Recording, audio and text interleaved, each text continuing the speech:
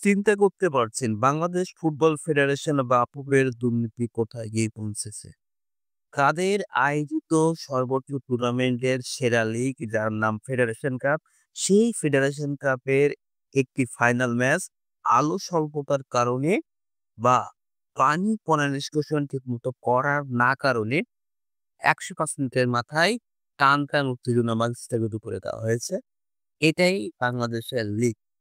দুর্নীতি কোন পর্যায়ে চলে গেছে?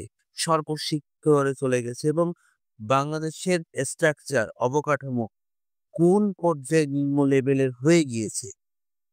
শুধু একবার চিন্তা করলে একবার ভাবুন। বাংলাদেশের শীর্ষ ক্লাবের শীর্ষ টুর্নামেন্ট ফাইনাল মতো একটা ম্যাচে দর্শক যখন চাপে গ্যালারি পরিপূর্ণ তখন ম্যাচটা কিন্তু হয়ে যায়।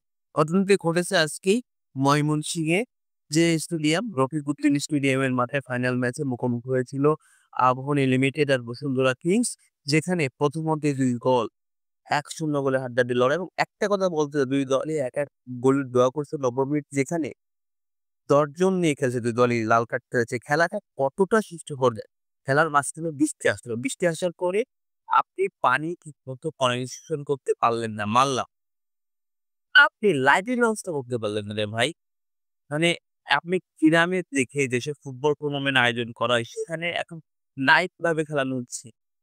আর এখানে একটা শীর্ষ পর্যায়ের টুর্নামেন্টে আলোর অভাবে পানি প্রসার করছেন আপনি কি দিয়ে? পানি প্রসার করছেন ওই যে কি কয়? ব্যানার দিয়ে, হাত দিয়ে। আপনি জেনে অবাক হবেন যে বাংলাদেশের সর্বোচ্চ যে আ স্টেডিয়ামটা রয়েছে ফুটবলের জন্য সেখানে ঠিকমতো ঘাস কাটা নিষিদ্ধ।